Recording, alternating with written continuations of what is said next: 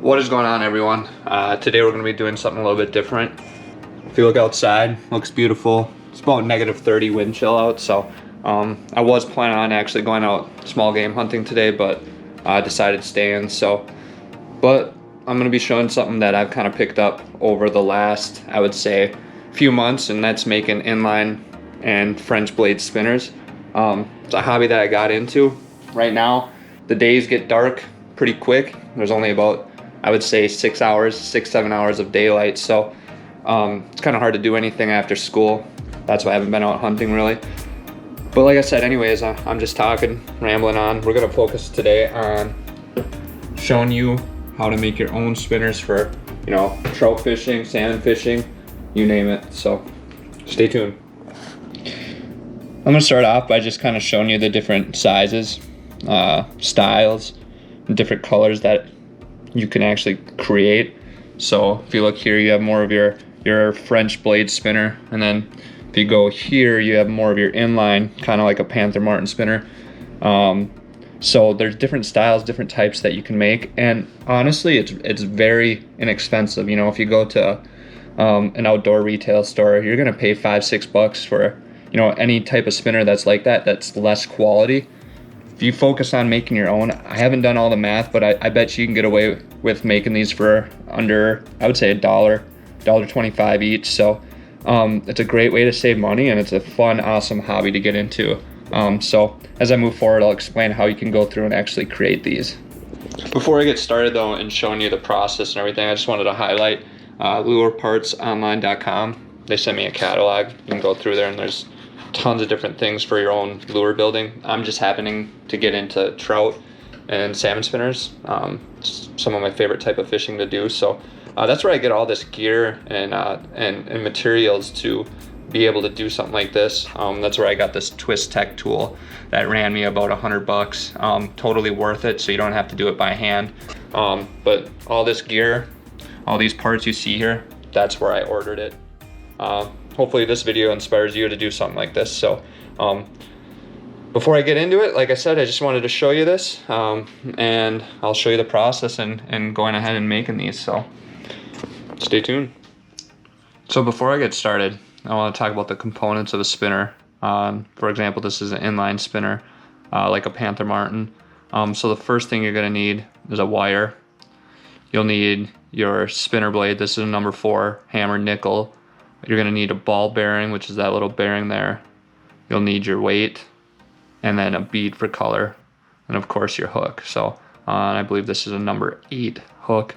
But that's really all the components you need. In terms of dressing, you could add let's see if I have one. Could add a little soft plastic or feathers, or that could be something for a different video. But yeah, those are the components that you need to be able to make it. I have all the components here for different size. If you do make a French blade, you will need a clevis, which is just the little thing that helps you helps the blade spin. So with that being said, I'm going to get into actually constructing the spinner. So I'm going to start off with a little bit thicker wire here. This is a 0.035 that you can get off lurepartsonline.com.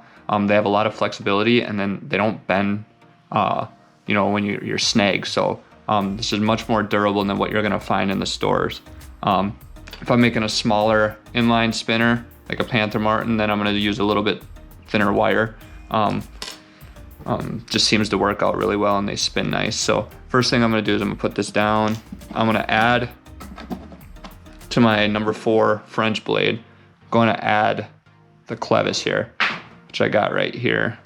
And then I'm going to actually run it through the wire, through that clevis, as you can see, just like that. Oh, I didn't get it. Run it through, and then there is your French blade spinner. And then I'm gonna take a ball bearing, and I'm gonna feed it onto this wire here. And these ball bearings help the spinner spin. So I'm gonna feed that through. Sorry, this is hard. I'm looking at the camera and trying to do this. then I'm gonna add my actual weight. And this is a little bit bigger weight. There's different sizes. Just look on lurepartsonline.com. I'd have to look at the packages, see what kind of size it is.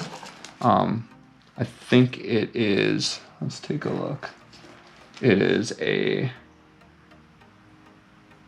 model 85.312 diameter. So I'm gonna actually feed that onto my wire right here. So now you got the basic, the start of the spinner. And you can see, if I can get gravity to help, I can get it spinning there. Now, what I like to do is I had to add some sort of color. I'm a big fan of orange, just because when a salmon spawns, that's the color of their eggs, and that seems to get different trout. This past fall I caught grayling, silvers off of it, so that seems to help with the color with them biting. So I'm gonna feed that through, just like so.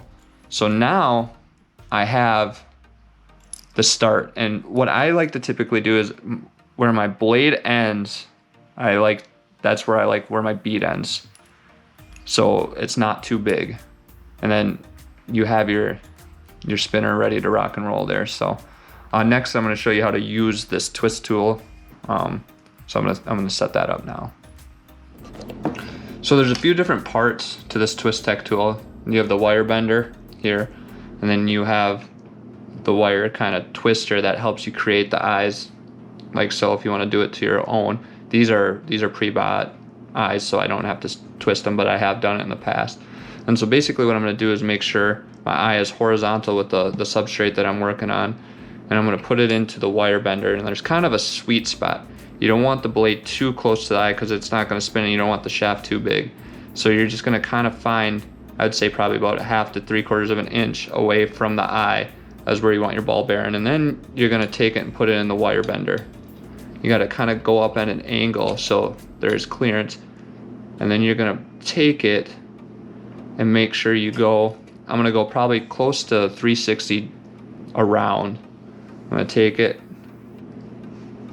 twist, and then I'm going to bring it not quite 360, but where I started twisting to where the lure is now, that's pretty close to 360. So I'm going to take that off, and that's where your hook is going to sit. And see, I kind of made the shaft a little too long, but it will work. So not too worried about that. Now I'm going to take my hook, and I have a number 8 hook here, and I'm going to actually feed it onto the wire. I'm going to take a pair of pliers, that's all you really need, and leave about a 1-inch tag for twisting purposes. So I'm going to take my wire cutter, I'd say close to 1 inch, launch that over there, and I'm going to take it and actually put it into the twisting tool to create the eye. So what I like to do is I kind of pull the jig out, I place it in there, make sure the bead's not in the way. Then you're going to apply a pretty decent amount of pressure to help twist this. And once you twist it, you're going to go so it stays kind of straight, and you're going to hear kind of a popping noise. Just like that, and that means it's done twisting. And then you're able to pull it out like so. And then you have your hook and your French blade spinner. Like I said, that's a little long. Maybe I would have made it about a, I don't know, 1/4 inch shorter, but it still will work. It'll spin nice, as you can see in the water. One thing that I've noticed is very important is just making sure you have enough weight for the size of blade that you're doing. So I would just experiment. I noticed, like I said, for these French blades, I like a little bit bigger weight. It gets deeper down in the water column to get down by kind of where those bigger fish are. If you're fishing a small trout stream or something, then do a little smaller weight for the inline spinners, Panther Martins and stuff. So when I went salmon fishing on the Keys of Rollick, which is, I'd say, about a 3-hour boat ride, 2.5-hour boat ride from where I am now, I absolutely hammered the salmon and grayling on this lure right here with the orange, and it worked out really well. So, and I'm looking forward to Wisconsin this summer and doing a little bit of trout fishing, exploring, and using kind of these smaller Panther Martin type spinners. So basically that's all the steps involved. I'm just gonna do a quick time lapse of me making the other inline spinner so you can see it. It's the same steps, super simple, and like I said, you save a lot of money being able to do this.